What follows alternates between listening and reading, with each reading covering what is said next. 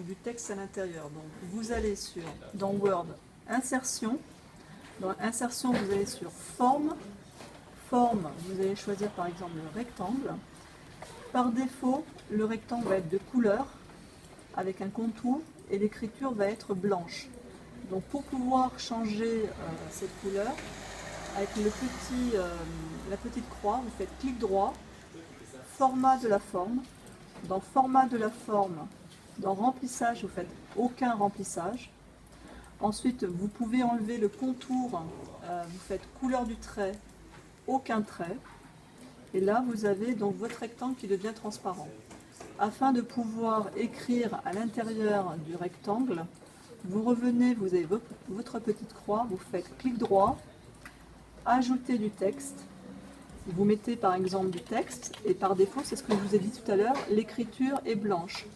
Sur votre clavier, vous appuyez simultanément sur la touche CTRL, c'est-à-dire CTRL plus A. Ça va vous sélectionner le texte. Dans Word, vous venez sur Accueil, vous venez sur le A et vous venez changer la couleur. Donc là, par exemple, je suis donc en noir et je peux par exemple me mettre complètement à droite. Donc là, si je souhaite mettre mon identité, eh bien, vous allez écrire, par exemple, allez, je vais mettre mon nom, Anna Maria Ferrier.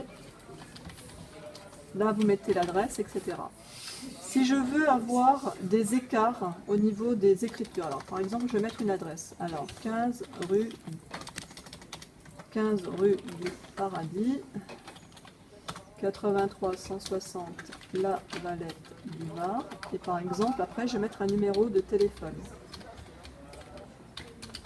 Imaginons que je veuille séparer la Valette du Var du numéro de téléphone. Je sélectionne une partie de la Valette du Var, je fais un clic droit, j'appuie sur paragraphe, et là, j'ai la possibilité de faire un petit écart entre ici la Valette, par exemple, je vais mettre 6, et ça vous fait automatiquement un écart. L'avantage ensuite, c'est que votre texte, vous pourrez le placer où vous souhaitez. Ça a changé. Voilà, c'est bon.